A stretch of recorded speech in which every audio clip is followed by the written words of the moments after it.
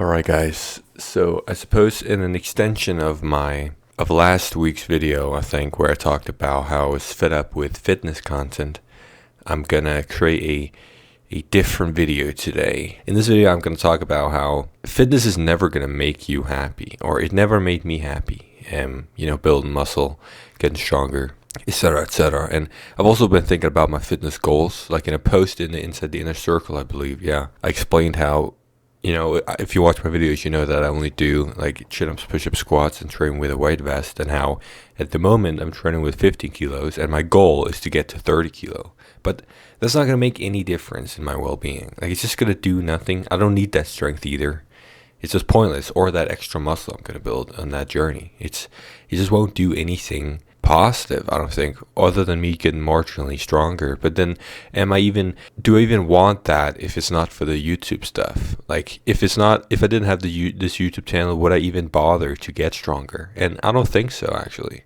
Being on the constant hedonic treadmill, I suppose you could say, is not going to do anything for you if you don't learn to appreciate what you already have. I remember even when I started out, my goal was sort of to get to where I am today, yet I'm still just not content, and I'm never going to be content if I don't learn to cultivate contentment. And recently I've been reading a bit of Stoicism, like every other fucking philosophy / self-improvement YouTubers out there.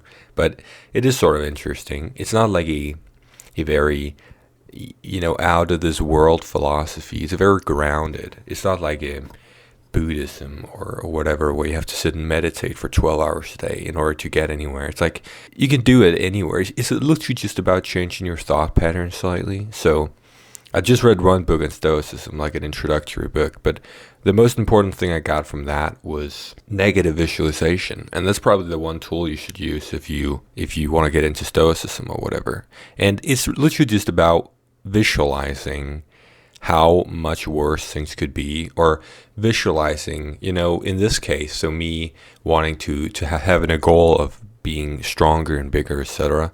Me visualizing what if I woke up tomorrow at my starting weight, like if I was skinny again as I used to in the past, how much I would miss being at my current level. And then you'll just appreciate it way more if you cultivate that negative visualization and you practice that. Like, being content and happy with your current life is in a lot of ways a practice. It's not natural, unfortunately, because we're hardwired from nature, I suppose, to constantly strive for more until the day we die, without ever being content, because nature doesn't care about that. It cares about us surviving, and that's about it.